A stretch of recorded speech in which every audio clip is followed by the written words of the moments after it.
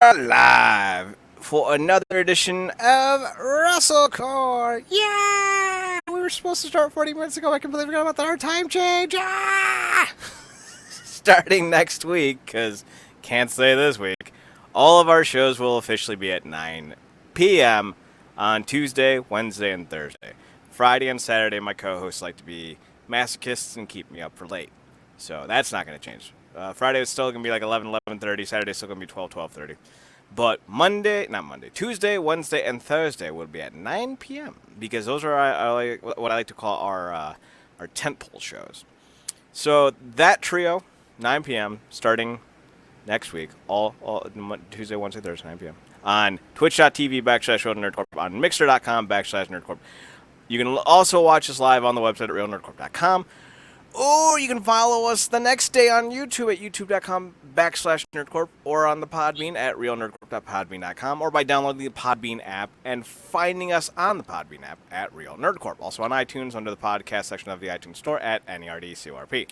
Yeah, that takes care of that for the end of the show. But Marcus, I got to introduce you to one of my childhood things. It is pro wrestling meets karate. It is WMAC Masters. And I can tell you this, it's gonna be a show, man. It's gonna be a show because like everyone's gonna have like very different opinions on this, and right off the bat, it's a martial arts show with pro wrestling elements to it. Basically to say that, everything's, staged, everything's predetermined. But what was your initial takeaway? Because I sent you a few episodes, that 40-minute episode, the pilot episode, and then like a few other small things. Just jumping right into the overall kind of reaction. How did you feel about WMAC Masters? Well, first off, I was like, what the freak am I watching? How old is it? Because of the video quality. VHS, my friend, VHS. And I was like, how the hell did this escape my radar coming up? And then I was like, you know what? I dig this. And then like 4 or 5 things immediately popped into my mind that it reminded me of or felt like it had elements from. So let's go straight into that because this was in the boom of martial arts in the 90s. Street Fighter and Mortal Kombat had become big. The UFC was just in its infancy. Power Rangers was into its 4th or 5th season at this point, with spin-offs being VR Troopers, Big Bad Beetleborgs, and even the Kamen Rider. So there's a lot of martial arts-themed television shows on the air at this time. Pro wrestling was also having a bit of a resurgence at this point because this was 1995 when it debuted. So that was, well into the Hogan WCW era, which was on the uptick of WCW, because people often forget that the 95 year of WCW was very good for them. And then, of course, WCW and then NWO in 96 was even better, and so on and so forth. So you had all these raging parallels kind of colliding into this cyclone of what the fuck, and it transpired in WMAC Masters. Now, right off the bat, you mentioned a certain type of connection to this other genres in the martial arts realm, one being Mortal Kombat. Did you know that the individual who played the Red Dragon, and I have him somewhere on this video, I downloaded a video. Let's see. Actually, here's one. I believe Ho Sung Pak and a individual by the name of Kassim Mathis played the physical versions of Liu Kang and Scorpion in the Mortal Kombat video games. Did you know that? Because that was something I never knew until I looked this up like 5 months ago. And it goes even deeper than that, because we had stunt coordinators for Power Rangers involved. We had stunt coordinators for Batman and Robin involved, and Teenage Mutant Ninja Turtles. And every single one of these martial artists, Marcus, their backgrounds, their backstories, those are legitimately them. Like, there's one with Ho Sung Pak where he's a stunt double for Jackie Chan in the early 90s or late 80s. And he talks about how he gets jumped on set by these guys who aren't happy with him. That legitimately happened. That's funny, but I could tell immediately, even though you could tell the stuff was choreographed, these was like real fighters because of the stuff that they was doing. and that it wasn't doubles. But you missed one Mortal Kombat connection, my friend. Well, Chris Kassim Mathis also played Scorpion in the Mortal Kombat TV show and movie. Still missing one. Shit. You don't recognize the machine? The Machine? Boom. Let's see. There we go. Oh! So the Hakeem the Machine played the only other tournament competitor in the Mortal Kombat movie. Literally the only other one. It was Sonya, Johnny Cage, Liu Kang, and then this scrub. I said, wait a minute, I know this. Wait a minute, ain't that scrub Liu Kang hit the drop kick on? There it is. Ain't aged today. No, he hasn't. He really hasn't. Chris Kassim Mathis also was a tournament guest in the Karate Kid film. Just throwing that one out there. So, Nice. so there's a lot of like actors and stuff in here, but there's one more that I want to touch on briefly that I think you're gonna go cuckoo for Cocoa Puffs for. Let me just see if I can find him. Let's see. Nope, not them. Nope. Where is he? I think he's back further over here. Nope. Still looking. Gotta go back further. He got a bigger building than I thought he would. So, I'm sure you've heard of a film by now, Marcus. It's very big in the black community. It's a very big judo karate inspired film starring one Timac in a film called The Last Dragon. Literally everyone born after 1984 has seen this movie. So if you haven't seen it, I don't know what the hell is wrong with you. Yeah, they've seen it. So Timac plays a man by the name of Bruce Leroy Green, and he has to he basically fights a dude named Shonuff, the Shogun of Harlem. Well, in season 2 of WMAC Masters, they bring in Timac to actually play a character based on himself, and his moniker is called the Striking Eagle. So if we can actually find episodes of season 2, Marcus, you can see Bruce Leroy kicking the shit out of some faux ninjas at the Universal Studios backlot. Oh man, Right? This all the connections. Like, it's so many Mortal Kombat. Like, this, it's funny because like I'm getting Mortal Kombat vibes, Street Fighter, Battle Bots, and Lucha Underground vibes all at the same. Oh yeah. Now you understand why I wanted to do an episode on this, because of the cacophony of things that relate to pro wrestling and pro wrestling light things. So like this was a really cool thing. So I'm gonna play this video for those of you watching on the stream or on YouTube. If you're listening to the podcast, Joe, tough luck. So I want to break down all these characters because I do know a lot of their backstories. I don't know all of them because not all of them were given big billings, but I'll tell you about the ones I do know. The first one up, he's the face of the franchise. He's the Hulk Hogan, the Sting of WMAC Masters, which is World Martial Arts Council Masters. His name is Herb Perez, and he's monikered by Olympus. And allegedly, he has a gold medal in Taekwondo in the Olympics. However, exhausted research showed that in the year he competed in Taekwondo in the Olympics, there was not an actual official Taekwondo competition. It was a performance, I think is what they would refer to it as, like a showcase, and he earned a gold medal in that. So it's not an actual in-competition gold medal, but it is still an official Olympic gold medal.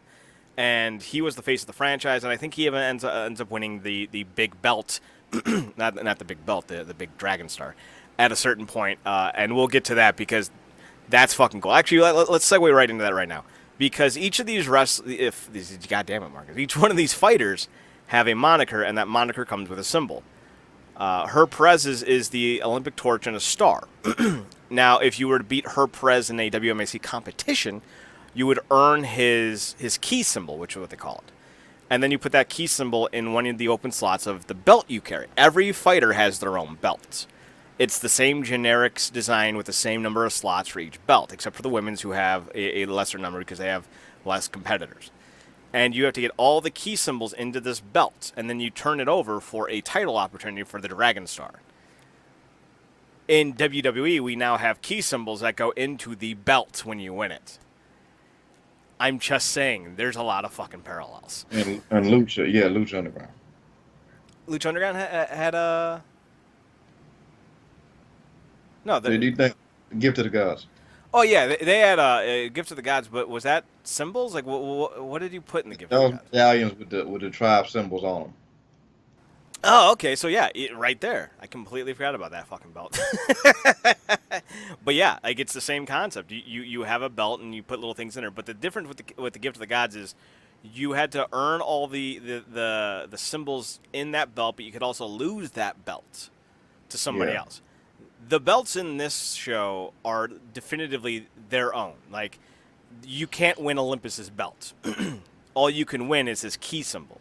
And I like that because it shows like an accomplishment. And I think that would be a cool thing to, bring into pro wrestling. Like, you have like a belt with all the guys you've beaten on it. Like, that's very fighter pilot-y. That's very Hiroshi Tanahashi ace-like right there. Just come on down with your fucking competitor symbol on your belt. Be like, I beat you, I get you. Like, that'd be fucking cool as shit. So this dude, Herb Perez is Olympus. Watching, you've watched what, a couple episodes? Yeah. I think one of the things we can point out about Herb Perez and a lot of these guys is they didn't really have the most charisma. No, it was a lot of one word, kind of demeanor based.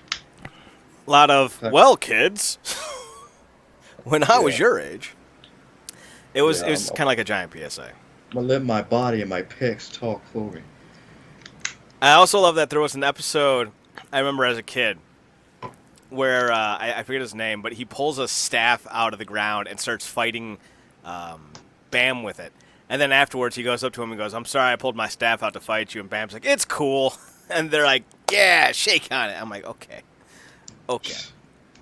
So next up we have Hakeem Alston. He is known as The Machine. He's 6'4", 216. He's got the switching axe kick. I forgot what Herb Dean's. Not Herb Dean. Herb Perez. Let's go back to Herb Perez real fast. Herb Perez has the spinning back hook kick. He's 178 and 5'9". His discipline is Taekwondo. So then we go to The Machine, Hakeem Alston, who was in the Mortal Kombat movie. He's 6'4", 216. He's got the switching axe kick, and his discipline is kickboxing. Now, if I remember correctly, his backstory was he was competing at a kickboxing gym when a new student joined. And he was told not to compete with the new student, and he ended up competing with him anyway and ended up breaking his arm. And because of that, he had to sit out of competition for a while. When he came back more disciplined and treated the new student with more respect. But because of the injury, he has like a screw in his elbow, I think is what they said. So he started calling himself the Machine. And when they were asking him in that pilot, they're like, Hakeem, why do they call yourself the Machine? It doesn't even rhyme. I'm like, yes, it does. The writing on this show is terrible. But it's so hokey 90s writing. So it's pretty awesome.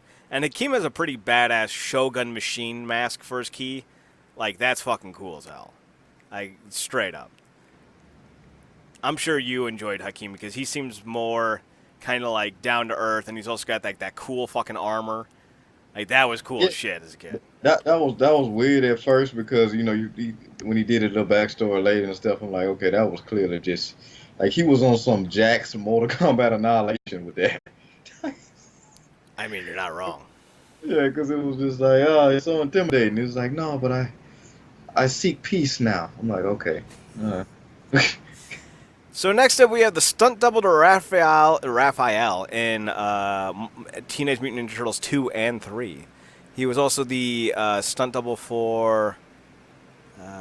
wait, hang on. Let me just read this. Not only did he play as the main villain of the first Mortal Kombat game, Shang Tsung, but he also played the Mortal Kombat champion Liu Kang for the first game and Mortal Kombat 2. He was also the stunt coordinator for the movie Teenage Mutant Ninja Turtles 2 and 3. So there you go. So his name is Ho Sung Pak. He's South Korean. He's 5'8", 163. His signature move is the pumping sidekick, and his signature is the his discipline is kung fu. And he's got a cool kind of star. He's nicknamed Superstar. I had an action figure of this dude, Marcus, when I was a kid. Fucking loved him. He was so cool. That's probably the dude I like the most. I know I'm supposed to be rooting for the black guy, but and he's good. But I like the Superstar. Superstar was pretty badass. You know, he definitely had a unique look to him, and his brother was actually in the show as well. We might be able to get to him in a second. Next up, we have, as soon as the video plays, we have Larry Lamb. His name is Warlock.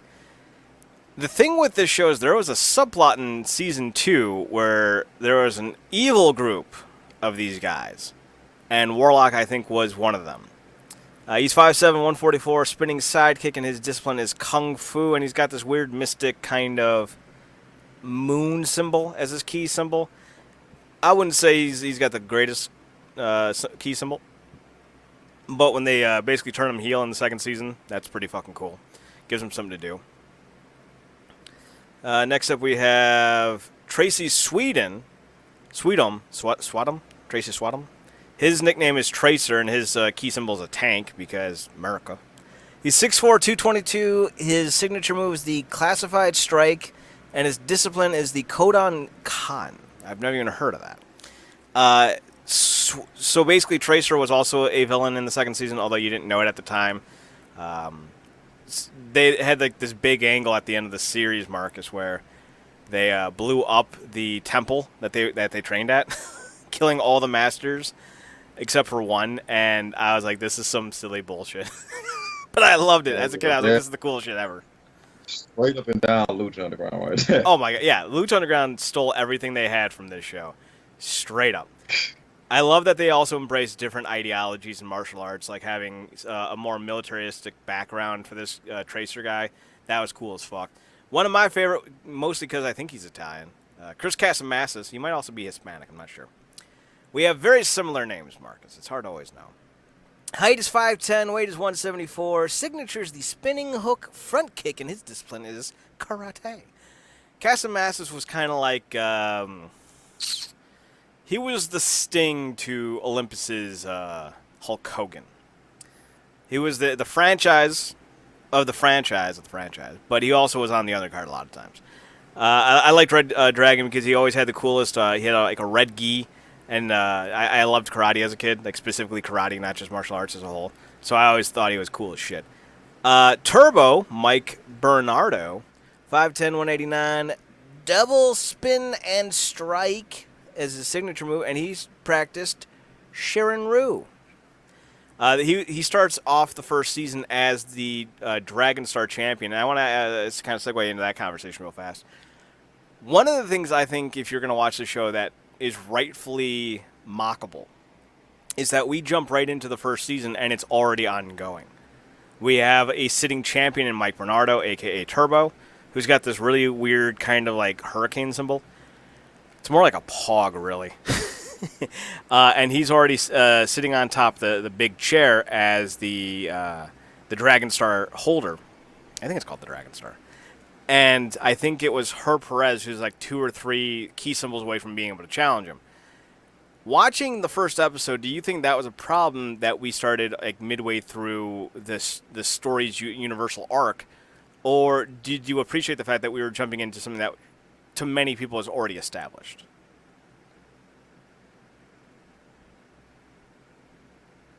What was that last part? Did you have a problem with this show jumping into an already established universe, or did you like the fact that we were kind of introduced basically off and running instead of starting from the beginning? I dug it. I think it almost helped me come to the show after the fact, because everything I felt like that's come from it helped me jump right into it. Mm-hmm. Instead of being like, what in the freak is this? Like, no, I've seen every possible element of all of this in some form or fashion after this. So now it's just like getting used to it. And, because I like fighting and all that, and those random ninjas just felt like those guys in those outfits in Mortal Kombat, or the Foot Clan, if you will. Or the putties. Yeah. Oh God, the putties. I'm like, oh yeah, it's Tommy and Jason fighting, and they got to square with each other. And here come the putties. Like, oh, these are the ones with the vest. Ones with the Z on the chest. Just push the fucking Z. You don't need to spend 10 minutes fighting them. God damn it. A toddler tapping someone to get juice from someone could take one of those putties out. Zed was supposed to be the upper boss, and he came along and made the putties easier to beat. Man, Zed, what are you doing? Next up, we have Christina Rodriguez. She's the Lady Lightning, 5'4", 118. Classic axe kicking discipline of Kempo. I don't remember much of her. They brought in the women in the second season. Tiana Noguchi, the Black Widow, 5'5", 117. Whirlwind kicked, and her discipline is Hapkido. I think she was actually a stunt double, Marcus. I think Tiana Noguchi was actually a stunt double. Let me see if I can't find.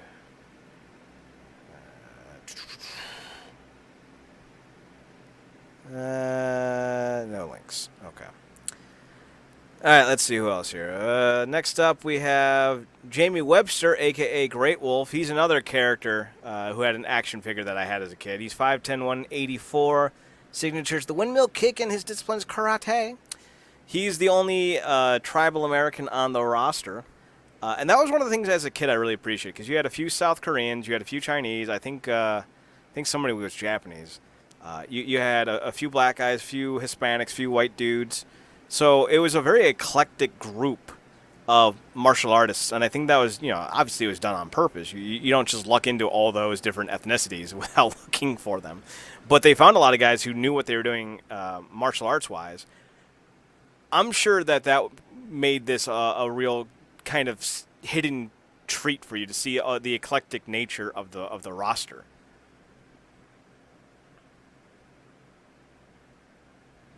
It's interesting that they brought the women in, because I remember a line it was like, today is going to be the men's competition. They always had like at least a couple girls in the back when they be watching the matches. Mm-hmm. And I was kind of waiting for them to go, but yeah, we found some second season episodes. I'm definitely looking forward to seeing the women break it down. I think that maybe the women showed up in the first season too. No, I'm sorry. The second season was when they introduced the intergender. Yeah, swear to God. The intergender tag matches. Oh crap! That's what the second season introduced. So the women were already there in season 1, but they were not used as proficiently as the men. But yeah, they did this mixed doubles in the second season, which was just so cool. But the second season's a lot harder to find on VHS and DVD and on YouTube than the first season. Next up, we have Timex Striking Eagle, 5'9", 169. Eagle claw punch, and he practices the Chinese Goju. And obviously we know who he is because he's an actual movie star, literally. Next up we have Johnny Lee Smith, Tiger Claw. His whole backstory was that he was a military and police martial arts training officer. Like, he would go to military and police outlets and train them in self-defense and whatnot. He's 5'11", 211. Signature move is the roundhouse hook kick. Hook kick, my bad. And his discipline is Shirin-Ryu.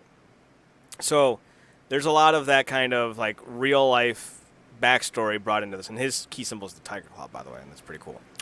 One of my favorites as a kid was Eric Betts, a.k.a. Panther, because he had the Tiger Cat basically as his key symbol.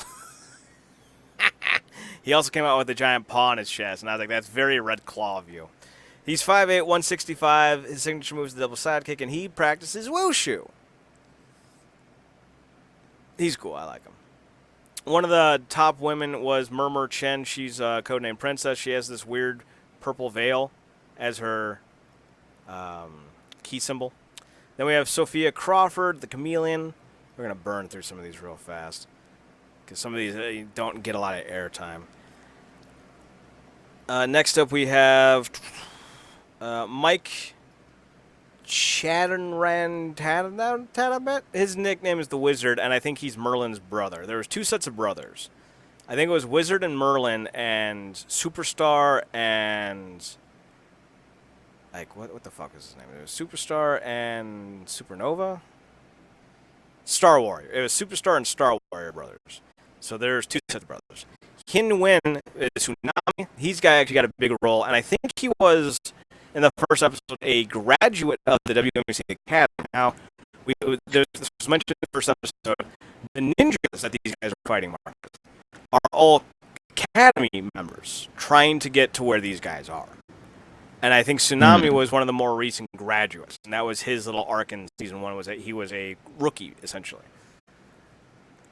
Would you have liked to seen more of that had this show continued? This idea of getting called up from the minors, essentially. There's 2 characters that they do that with. Tsunami and another character by the name of Kid Carmichael. We see it all the time in pro wrestling. You know, NXT used to be a developmental promotion. Now we don't know what the fuck it's going to be. But, you know, you get called up and you go from, minor leagues to the majors. It's a big deal, and it's a natural story arc. How did that work for you when you watched that first episode? Did you even notice it?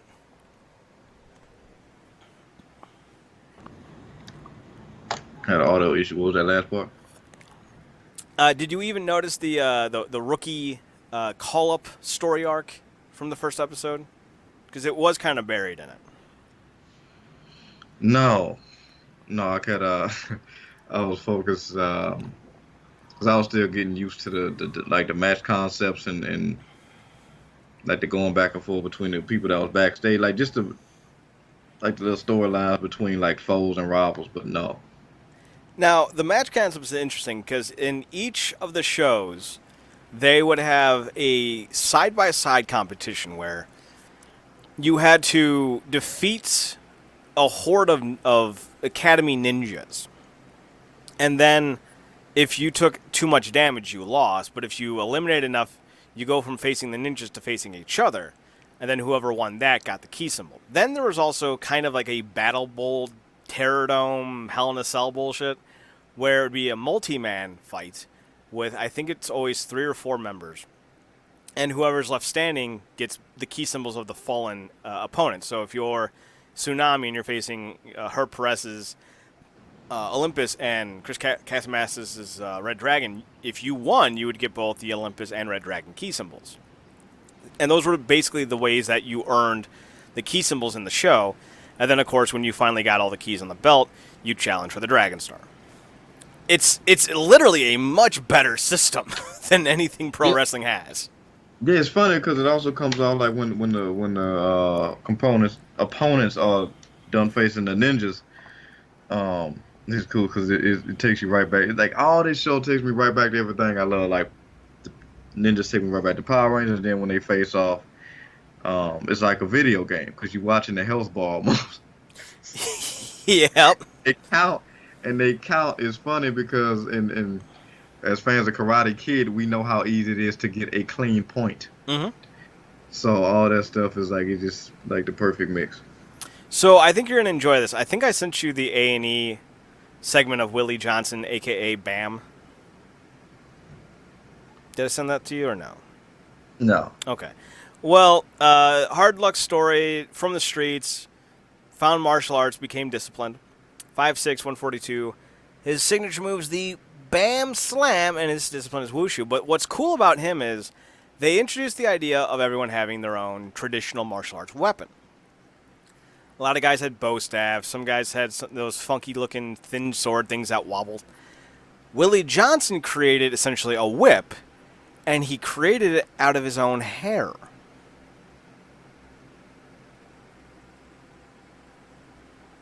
Yes, Marcus. His own hair.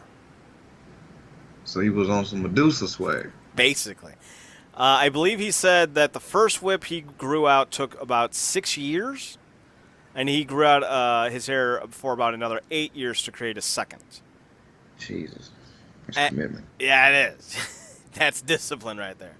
And he basically shaves his entire head except for the knot on the back of his head where he's growing out the ponytail. So he's got a very unique look, and he's asking somebody to cut it. Looking for someone to grab it and yank, like a tiger tail. Kid Carmichael was one of the younger characters on the show. That's why they called him Kid. His name is Carmichael Simon, 5'6", 133. The 720 spin kick. We know all about 720s because we're pro wrestling fans. disciplines the Wushu. He had a big arc near the end of the first season because he was one of the call-ups from the academy alongside Tsunami. So he was a pretty cool character. Bridget Riley plays Baby Doll. If I remember correctly, she actually had a pro kickboxing career because that's her discipline is kickboxing. But some of this I'm going to have to double-check on my own. But I'm pretty sure Bridget Riley had an actual kickboxing career.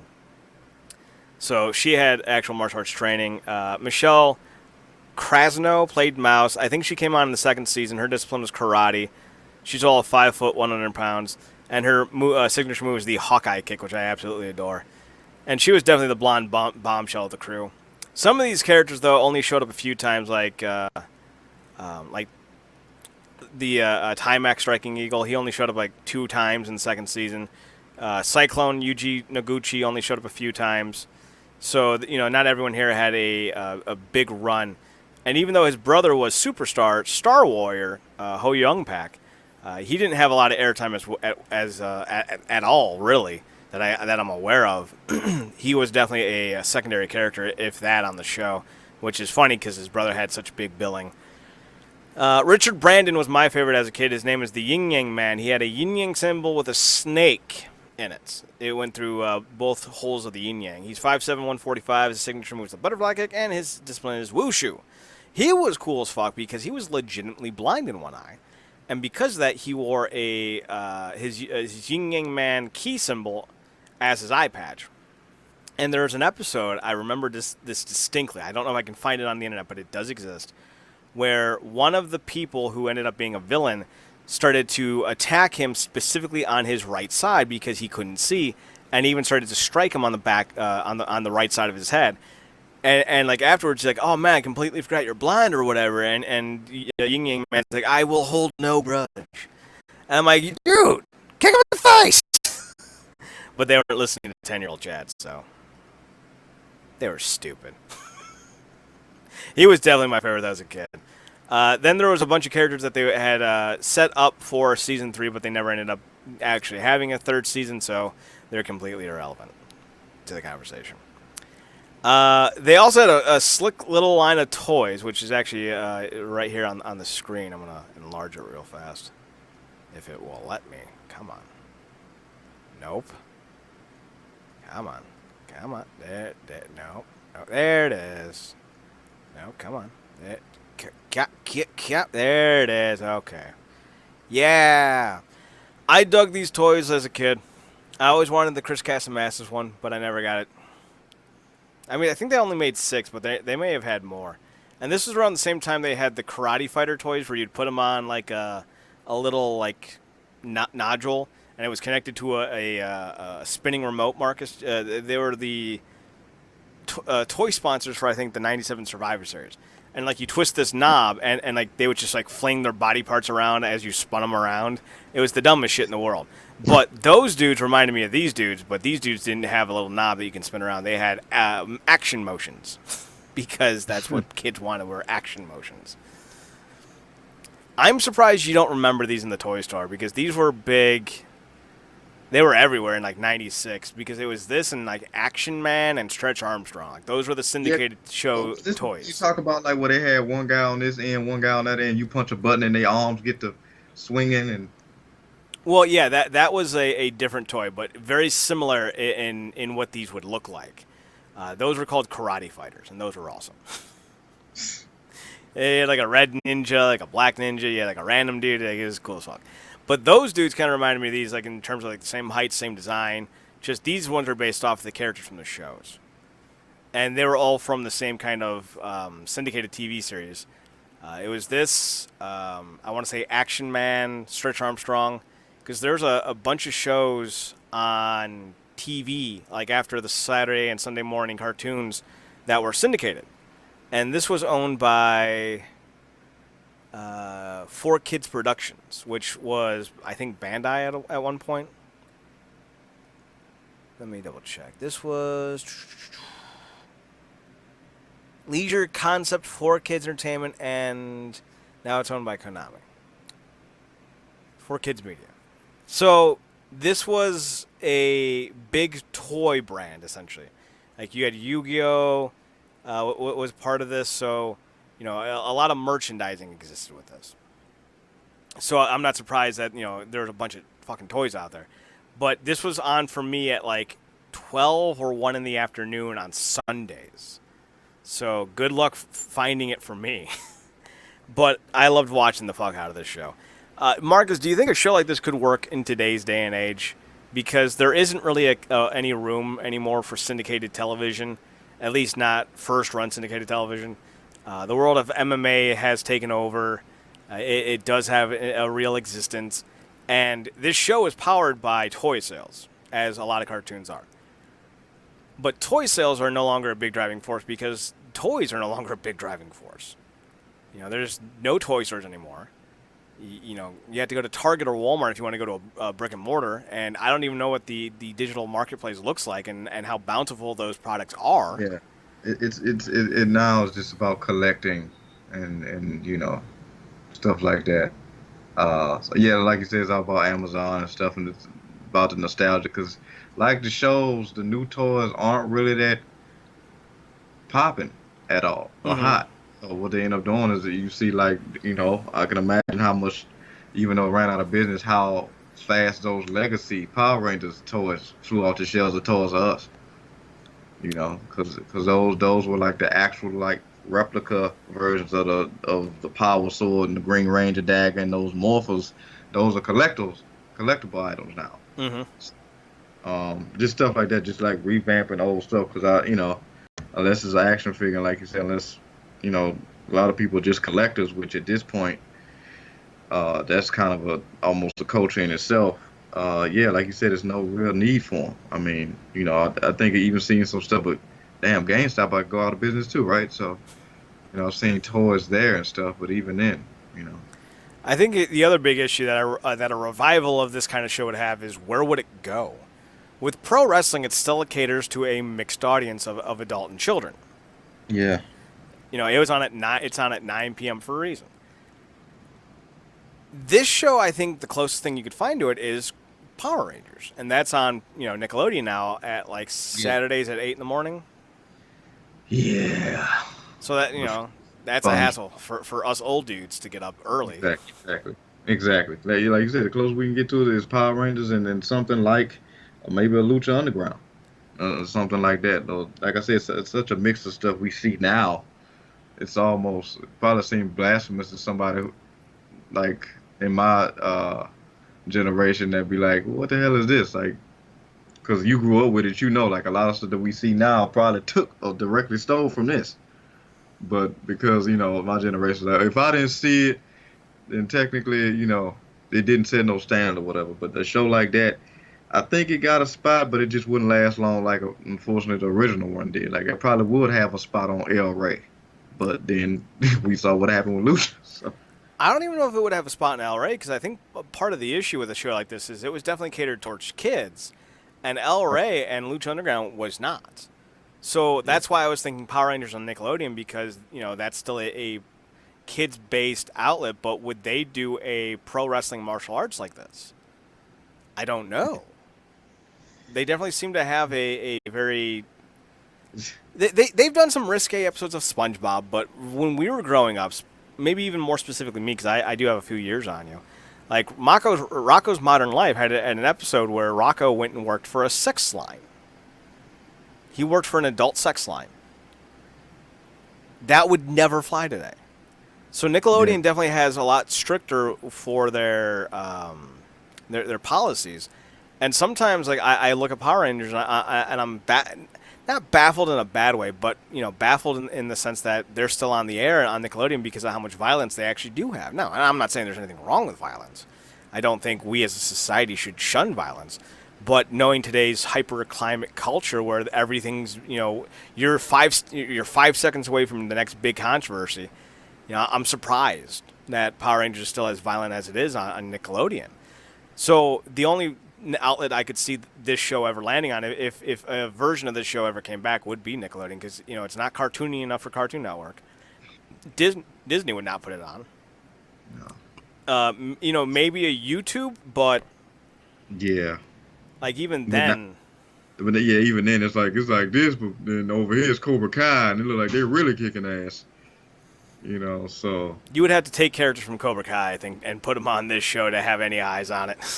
basically, like just have like an evil shadow organization show up at Cobra Kai and put like both dojos against them and do something like that. You know what I was thinking they should do for Cobra Kai? You're going to love this. Have a throwaway line in Season 3 where Johnny or Daniel is talking about the greatest boxing match they ever saw in person. And they're describing both sides of the fight where Daniel was rooting for one guy and Johnny was rooting for the other. And you come to find out that Johnny was rooting for Rocky and Daniel was rooting for... Daniel was rooting for Rocky and Johnny was rooting for Clubber Lang. But you don't say Sylvester Stallone and Mr. T. You actually say that they were in attendance for Clubber Lang versus Rocky, thus folding in the Rocky universe into the Cobra Kai universe as well. Oh, so meta. And then all of a sudden in one episode, we have a Creed sighting. That's exactly what I was going for. You have a Adonis Creed kind of pop up. Like he's just like standing there and like Robbie's like, oh my God, you're Adonis Creed. You're the heavyweight champion or middleweight, whatever. He's clearly not heavyweight. But then again, neither of us. It's really so much convenient irony with all the because we technically have a guy who formerly played Muhammad Ali and Will Smith executive producing the show, right? Yep. Yes, we do. Well, and I would feel like he could pull something and get Michael B there. It's weird talking about this show and everything in the midst of process of having a full-on Mortal Kombat reboot. Yeah, that's another one that's happening is a Mortal Kombat reboot happening. That's crazy. I can't believe like we're in this world right now. Yeah, and like Cobra Kai's on fire. We got a Mortal Kombat reboot. We talking about acceptance of violence, but The Boys, everybody is salivating for the second season of The Boys. Like you said, man, all this stuff is it's cyclical. It's just like right now we're hypersensitive, but that's gonna eventually turn back over, and then it's like just one big wheel just going around. We're just in a different phase right now. So, have you seen Ronda Rousey's finger? Oh God, no! I try to avoid that woman. I'm gonna describe it the best I can. Kind of put your middle finger out for a second and just kind of look at it. Okay. Now, imagine if at the third knuckle, because you have the knuckle at your base, you have the bendy knuckle, and then you have the not-so-bendy knuckle next to your fingertip. Imagine if that third fingertip knuckle was just down. Like the top of it was actually connected to the bottom of it. Like you just move it down, so it's completely off-kilter. Oh, God. That's what her finger looked like. And she was kind enough to show us on Instagram, so, thanks. What all have they been doing in the midst of trying to make these babies, man? Well, apparently, Ronda was super into the idea of having Pete Dunne-esque maneuvers done to her. Jeez. So when she was like, "Let's make a baby," and he's like, "But I want to, but no," and she's like, "I want you to Pete Dunne me." He's like, "No," and then she's like, "Pete Dunne me," and then she went, "Okay." The term finger banging has never felt more cringe. So actually, what happened to her finger is actually going to involve something that I know you were a fan of. I don't know if you still watch it, but you've seen that show 911 with Peter Krause and Viola Davis. 911. Yeah, isn't that what it's called? That's the fire department show, right? Right, like Peter Krause, the firefighter. Viola Davis, I think is it Viola Davis? No, it's Angela Bassett. Angela Bassett's the police officer. Yeah, love that show. Yeah. Well, Rousey is going to be on the third season in some kind of role. I think she's going to be a firefighter.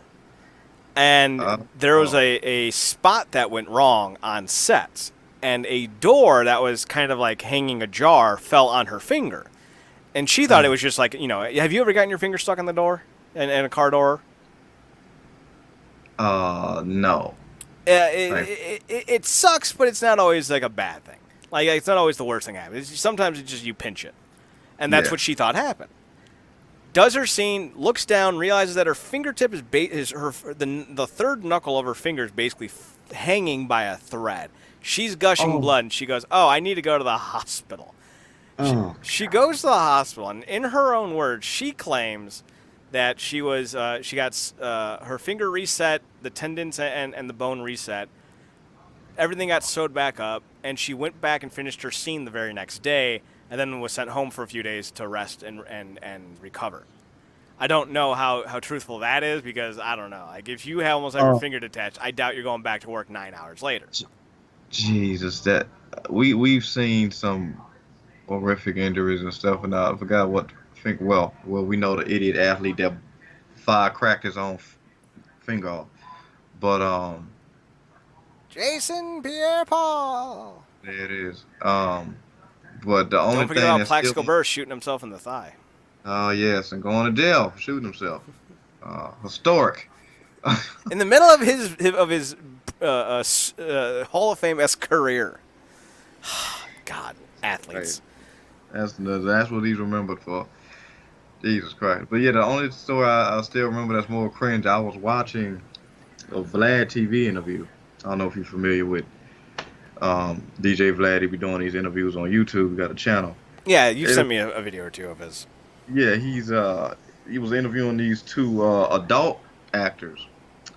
And they You mean adult movie actors or like older adult actors? Yeah, adult movie, yeah, porn. Okay.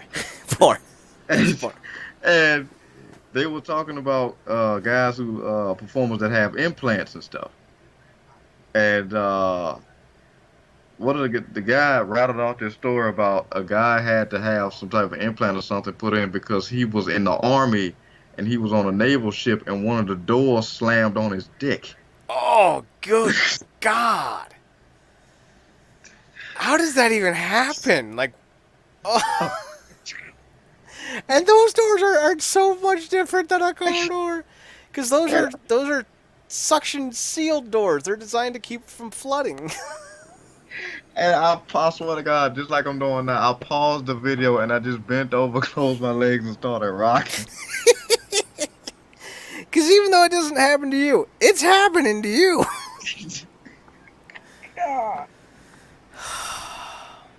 Oh, good God. Oh, by the by,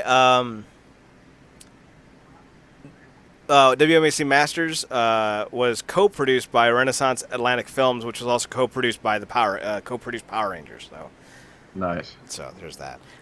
So we got some news today. Obviously, NXT is now on Wednesdays, which is something that we knew was coming for a few weeks now. We thought it was going to be on FS1. It's going to be on USA Network, which is actually a better deal for them.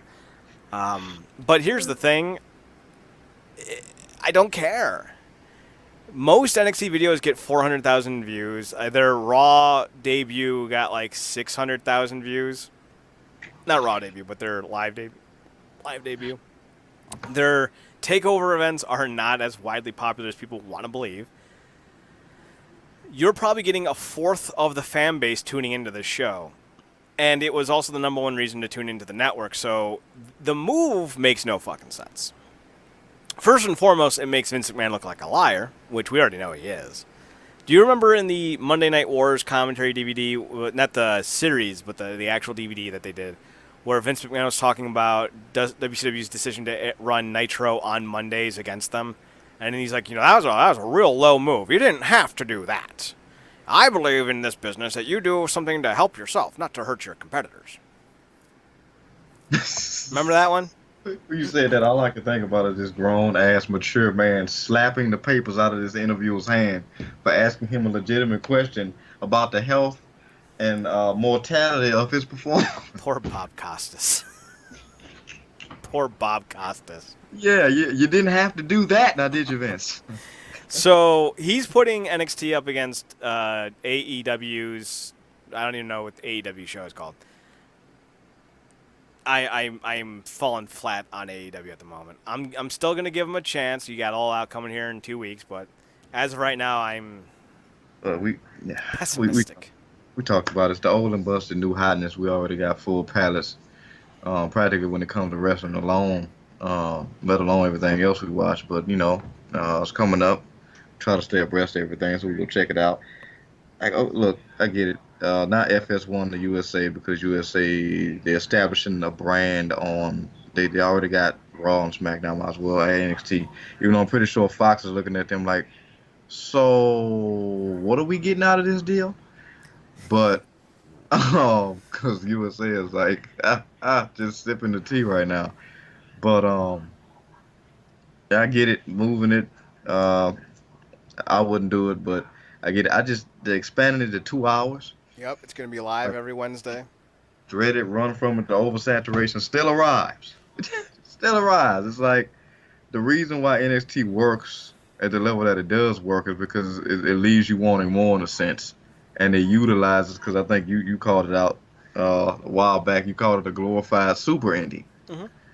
but most of that talent that made it a super indie is now on the main roster, floundering, might I add, and a lot of those guys, like this is really going to show that it's developmental because I don't know if they have enough of that type of talent to justify 2 hours to make people feel like, oh my God, it's like a takeover, but every week.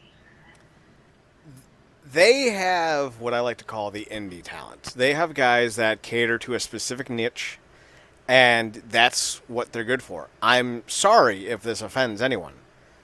I don't ever see Adam Cole, baby, holding the WWE Championship at the end of WrestleMania. His hairline is pointier than a spike, and his charisma is about as vacuumous as Baron Corbin. And his hairline's about as cool as Baron Corbin's. And he's flabby. And he's not that good. I don't like Adam Cole. But he's the face of the brand. Johnny Gargano, all of 4'0", 100 nothing, and he does the same fucking match every takeover. These guys cannot carry a brand.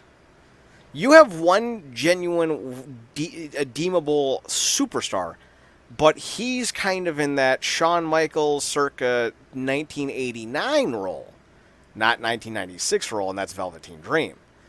He might be good enough to main event on a developmental show where he's touring in front of 200 people and only occasionally going and piggybacking off of bigger events like SummerSlam and WrestleMania and main eventing those NXT TakeOver shows. You try to make him ready now, you're going to pull a Randy Orton. He's going to be someone who's pushed too fast and fans reject him and no one cares. The idea of pushing young guys as world champions is a fallacy that does not work. Yeah, and also the type of gimmick that he has, that's not something that we need to see every week.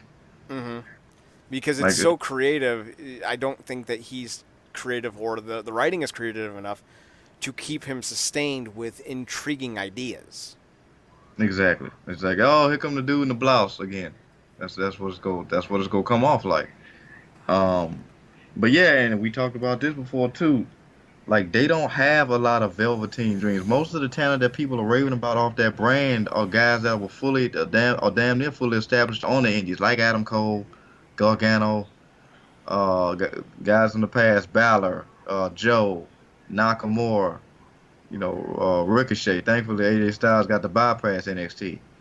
But all those guys they raised so hard about, Keith Lee and all those guys, Aleister Black. Those guys were names before they ever got to NXT. Mm-hmm.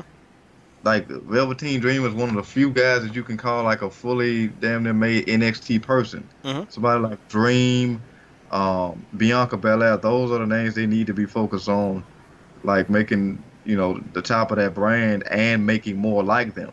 But that's not the case. Like we getting the Candice LeRae's and all this stuff is great talent with Io Shirai, Kairi Sane. All those are phenomenal talent, but they're not NXT made people. Like they need to do more Street Profit stuff and more guys like that. And those scales are unbalanced right now. And I don't know if that's gonna get better by putting it on the main stage in terms of the television viewing audience and extending it 2 hours. Like you're gonna put a lot of guys in situations consistently at too fast a rate to where they could properly develop, so somebody could develop like Sasha Banks went from this scrawny nerdy chick to the boss, and like we got to see her grow into that role, whether you like her or not. We got to see her grow into it. Some people might end up getting a succession of Chris Masters type deals. We also got a Becky Lynch who went from being a Irish jig dancer, river dancing, to then she's like this cyberpunk, steampunk, goth punk kind of chick. Now she's just being Conor McGregor with tits. So, that's an evolution for you. Now, the question is going to come down to, are they going to try to make this a third touring brand? In which case, you're going to need to spread out the ever so thin main event roster to NXT. And they probably only have 5 or 6 headlining guys at this point. And it's not like they can just raid the indies and go after the main event guys because everyone else already did. The indies right now are pretty bare bones in terms of name value. There's still some guys out there that, if given time and the proper development, could really turn into something. But as of right now, you don't have many Goldbergs or Brock Lesnar's or Batistas you can tap to bring in. Batista's retired. He's done. Goldberg has already said that, he'll come back for the right amount of money. But how many people want to see Goldberg besides me? I'm not even gonna lie. If you tell me that Goldberg's gonna wrestle every week or every other week or once a month on NXT, I'm tuning in. If Goldberg's gonna smash his way to like a 2-year-long title reign with the NXT belt, I'm tuning in. Marcus, I'm tuning in. But what are the odds that's gonna happen? Very little, very slim, very not. Yeah, no, I don't think I was the only one that kind of brought this up in my head, but I heard somebody else talk about it. They're gonna end up siphoning more main roster talent back down through there for these one-off super matches to kind of compensate, because you're gonna see a huge difference in those audiences on Wednesday night, because there's a difference between what you're gonna see on AEW TV and what you're gonna get in those NXT venues. I mean, you're not wrong. So you're either going to turn this into a touring brand or you're going to keep it as a developmental brand. But here's what I think is going to end up happening, because a rumor has been going around that WWE is getting ready to cancel 205 Live. Ruh-roh. As Lee Corso says, but not so fast, my friend. I think it's entirely possible, Marcus, that 205 Live, the brand, gets folded into NXT Live. There had always been reports that they might consider moving 205 Live to Orlando. It seems like this is the perfect opportunity to do so. The roster isn't that deep. They didn't put enough time into it.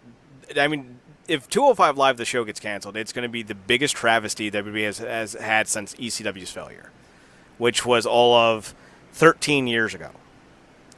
You could have done a trios division. You could have put in a secondary belt. You could have actually given these individuals characters and storylines. You didn't do any of that. Your biggest success story is Buddy Murphy, and his name is Buddy Murphy, so you've already fucked that up. You didn't put Rey Mysterio or Finn Balor in the division to give it any type of weights, and you basically bungled everything from here on out. But if you put the 205 Live guys in the NXT brand, you might just salvage them going forward, because you still need the Cruiserweight division title. You still need to give these guys an opportunity to work. It's not like they're, hard up for cash at the moment, so there's no need to mass fire 30 dudes. And it seems like the most obvious and logical step to go into this direction. But it also begs a big question: what are they doing with the WWE Network if they're getting rid of 2 of their biggest shows? Now, I shouldn't say 205 Live is their biggest show, because it's clearly not, but NXT is. By all accounts, NXT is the most watched show on the network. Marcus, first and foremost, how do you feel about the idea of 205 Live going and molding into NXT? And then I have a follow-up. I mean, it sucks, but at this point, it might be one of the few only saving graces, because they've proven that, they may have tried to spark some interest, but the biggest thing that they had going in there was either Neville or Enzo, one of which was clearly something they threw at the wall. Hope to God it stuck. But yeah, I mean, it's clearly just kind of in a little road right now, and I don't think a lot of people, but a lot of guys they have on that brand, a lot of people probably aren't too keen on that whole weight limitation anyway. Mm-hmm. Specifically when you within the confines of this King of the Ring tournament. So yeah, I mean that might be the last thing they can do with Vestiges, and probably, like I said, to their benefit, because if they was gonna cipher some of that main roster talent, this might be a close second thing for them to do, to get some names in there with actually having 4 people on the spots on the main roster. So But it sucks for those guys because they're still not going to get used properly. So this boils down to the next big question, which I think is even more daunting to answer because of the simple fact that this is not an easy thing to know. What does the loss of two of their biggest shows, assuming the rumor of 205 Live ending is true, what does this mean for the WWE Network? I know they're still going to use it for the WWE reviews and for the NXT takeovers, at least at the moment, but clearly they don't have a lot of faith in the brand anymore because they're getting a lot more money by taking their best show off of it. They're getting paid something like $1 million a week, I think is what it boils down to, by having the show on USA Network. So what do you think about that? Like is this a sign that the network is in trouble? Because it hasn't been making a profit, and now it's really not going to be making a profit.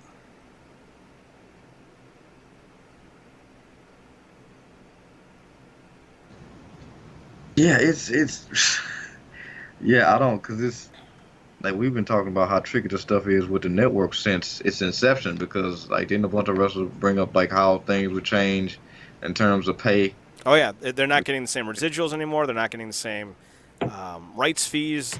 They're not getting the same pay-per-view bonuses. Like a lot of shit's getting fucked up.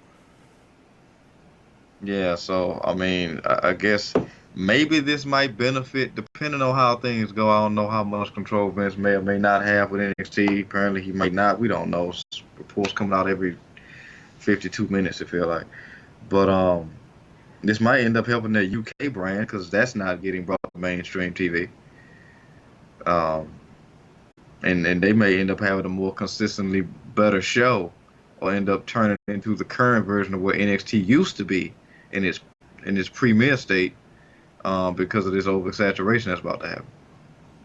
Do you think the oversaturation is going to hurt WWE, or do you think it's going to hurt more pro wrestling as a whole? Because now we have, six companies on some form of television: MLW, Ring of Honor, Impact, WWE, AEW. 5. I think it's a little bit of both. I mean, I think we talk. I always say it, like in WWE's mind, more is more, not less. Mm-hmm. So that's always going to be their motto, and they're the big kahuna. And I think we talk about the brainwashing of the most of the fans in the wrestling community, specifically their core audience. A lot of people are going to kind of forget the reason why wrestling was so high when it was high, because you didn't get a lot of it. And when you did get it, you had to get it from specific spots. But in the time of society we live in where everything is so readily available, and now because, like you said, there's so many places that, like either on YouTube or some streaming service, or something like that, a company like NWA or some other shows that may have premier quality content will be looked at lesser than, because they don't see it like every hour on the hour, have an archive of things that they stream 24/7. So I think it's a little bit of both. But with WWE, like I said, they'll rather lose money with quantity than gain money with quality. So That's actually a really valid point, because you think about the MMA world. UFC posts like a new fight card every other week, it seems. They're constantly they got UFC Fight Night. They got Dana White's looking for a contender. You got Dana White's looking for a fight. You got Tough Enough. You got on any given week, you have the opportunity to have 6 UFC shows. But you look at one, Ryzen, Bellator, K1.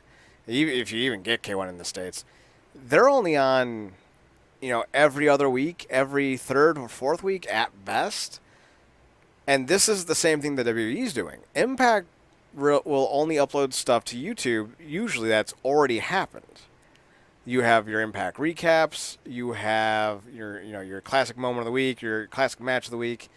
MLW only posts basically once or twice a week, and it's usually the Teddy Hart segment, which is, for some reason, the segment they want to put on YouTube exclusively, as well as their weekly show. You look at NWA, they have one blog per week. Ring of Honor, I don't even know what the fuck they're doing. They're just a train wreck. New Japan, same thing. They post a lot of their post-fight stuff on YouTube, but it's not as consistent posting as WWE. And WWE and the UFC are doing the same thing in the sense that they are constantly putting out new product day by day by day. you constantly have to keep up with them. And to some, it's exhausting, like us. But to others, it's an addiction that they need to see every little moment, and it's too hard to put it down, and that's what they're banking on. Is this idea to overwhelm their fans, just to force them to watch all the things they're putting out there. And that's a business tactic that you see a lot of in today's day and age. It's why a lot of people are trying to keep streaming services from putting in some type of kill switch, where if you've been watching for 3 hours in a row, it just shuts off and you have to go outside and actually be a human being. They don't want that. They want you attached to your programs. They want you attached to your streaming services and your YouTubes and all that.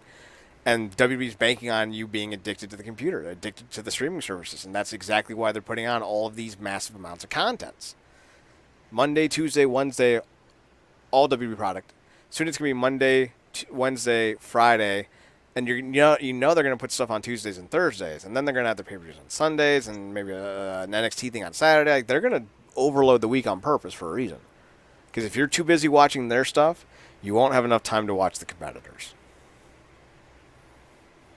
It's diabolical. Yeah, it's wickedly brilliant.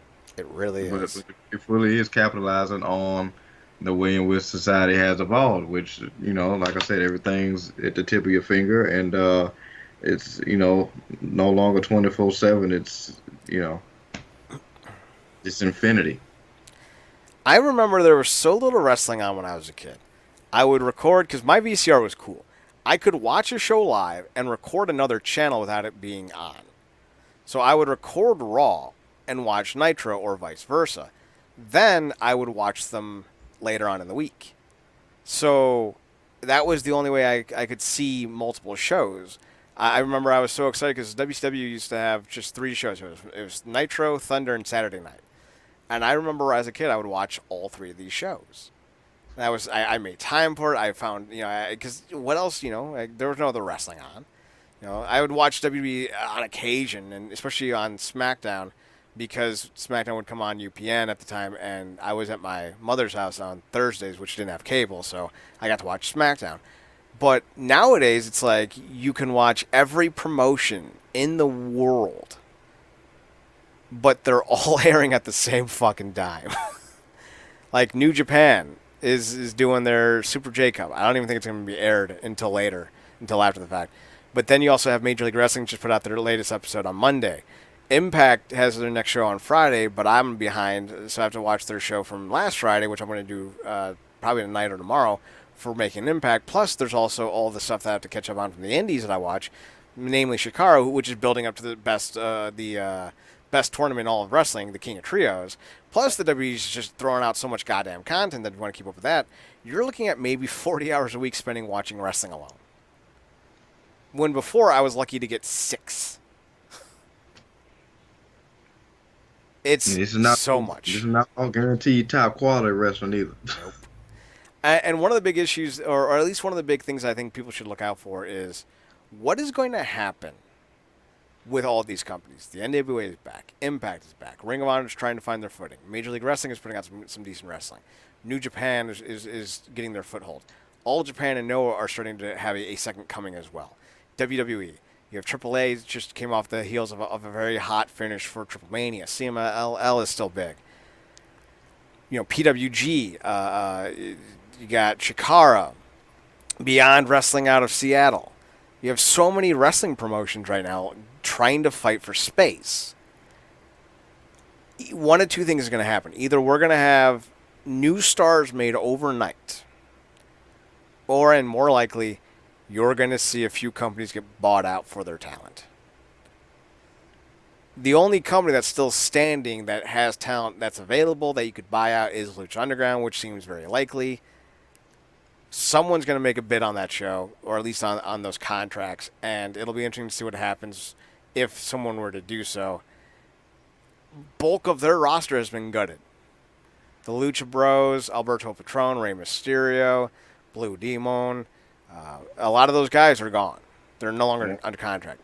But they still have a few names that they still have under contract. If you're looking to bolster a brand, you would want to have, and if you have a streaming service, you'd want those shows as well.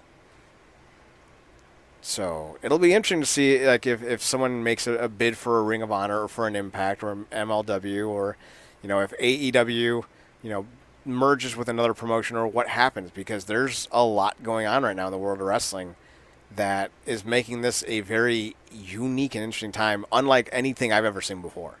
Because this is the territory days. We now have Impact. Yeah, I was just gonna say, man, that's what it is. Feel like. Yeah, well, we now have Impact, Ring of Honor, MLW, WWE, and I think AEW all have international TV deals. That makes them international companies. That's not territorial. New Japan has that. Dragon Gate has a streaming service that's available in English. This is huge. Like, the possibility of seeing guys is unlike any other time before, and it's so hard to figure out what this market's going to look like in a few months, let alone a few years. That, at best right now it's just kosher to sit by and watch how things play out. Yeah, it's just crazy how you almost have to really segment your life outside anything that you do personally. Like, you have to, like, okay, these are the animated shows I watch. These are the reality based. These are the scripted shows. And this is the wrestling content. And the wrestling content might outweigh all of those other three categories. Well, I've basically set up a very efficient system. Monday is for MLW. Tuesday is for Impact. New Japan is for whenever the fuck it airs, because it's so irregular. And then usually, like, the weekend is when I catch up on the indies and the other stuff I want to keep a touch on, like Shikara and all the, like, OVW and all that. So I've been able to segment it out, so it feels kind of like it did when I was a kid, where I would have, specific nights of wrestling each night, but that's all only possible because I no longer watch the WWE, because that promotion has become a shit show. So there's that. What else is happening in the world of wrestling that you want to touch on? Oh man, that's about it. But I mean, I guess in a few weeks or in a week or so, we'll be bidding our farewell to LAX. Classy, classy, classy. Yeah. Yeah, them going out putting over the North, which I'm glad they finally got those straps on the North. Those boys are killing it. And unlike what we're seeing in the main roster, that's not the only tag team going in Impact. But they are ruling the top of the rules right now. But yeah, man, kudos to Santana and Ortiz, man. They've literally, like I said, done everything, reached their ceiling. May have peaked, particularly in Impact, and it's cool to see them going out in a great way after a phenomenal run. And it's gonna be cool to see wherever they end up.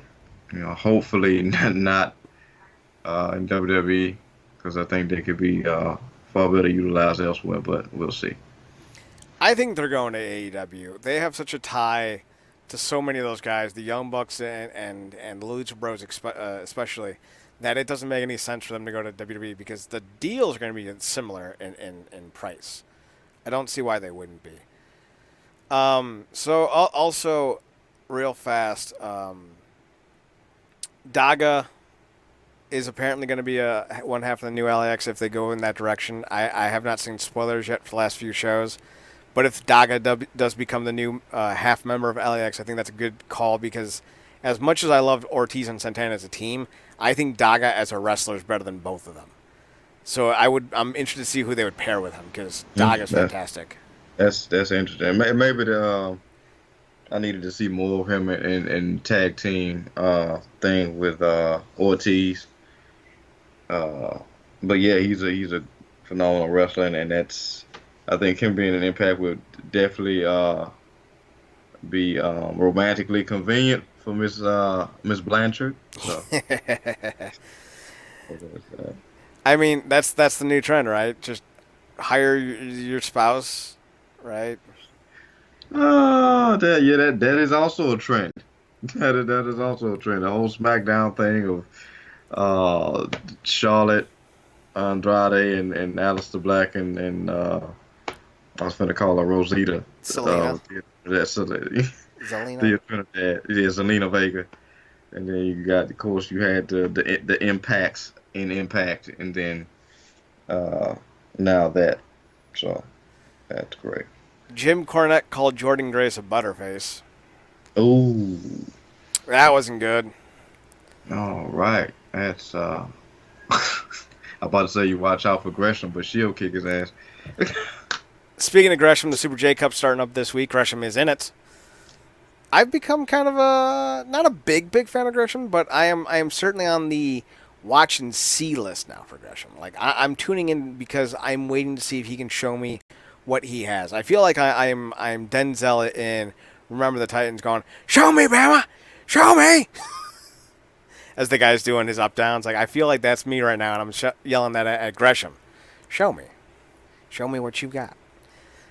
So I'm hoping someone's airing the Super J Cup. Because the fuck that, why this shit isn't airing live is beyond me. Because I checked like multiple times. No one's airing it. Oh, man. Here we go. You have to wait 3 weeks.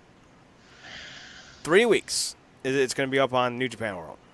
Oh, by then we're going to be on to a new event from New Japan. Oh, God. Yup. Let's see if there's any update. Let's see. Where to watch Super J Cup.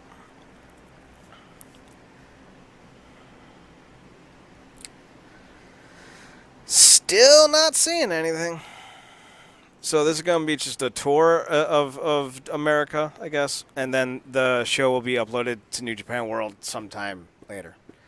Because we can't have nice things. But at least the show in England is going to be available on Fight TV. So at least there's that. Then they're going to start their new series of shows. I forget what it is, but they're going to be broadcasted on New Japan World. So that at least we have that. I'll have the updates to the weekly standings on the website tonight. With the amount of stuff I was watching for WMAC Masters, I just didn't have enough time to update the standings. So we'll do that probably tonight or tomorrow. See how that goes. Anything else? I don't think so. I think we're done. Yeah, no, I got nothing.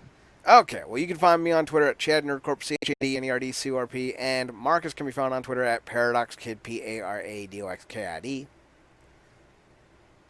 That's me. You can also find me on Instagram at Chad's Photo Hut, ChadsphotoHut, as well as Marcus's other show sometimes that he does some guest work on called True Penny Show. At Twitter at True Penny Show.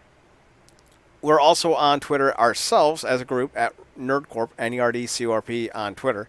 On Instagram, it's Real NerdCorp, RealNERDCORP. We already gave you all the podcast locations, but the website's realnerdcorp.com, RealNERDCORP.com. You can find all past episodes of every podcast we do on the website. If it's the newest episode, it's going to be sticky to the top of the post, so you just go to the website, it loads, and then you see 5 podcasts you can scroll through on the top, as well as on the sidebar. Latest ones all the time. Plus columns posted 2 every day. Got into a nice groove with that, so yeah. Did I miss anything, Marcus? No, covered all the bases. All right. Go to the website one last time, realnerdcorp.com, RealNERDCORP.com. We've been on a roll for the last few weeks. With all that being said, though, Marcus, I'm done. You are done. We'll be back tomorrow. Zach and I are going to be talking about Kurt Angle's Mystic Reign of 2007. Talking about his matches with Shinsuke Nakamura.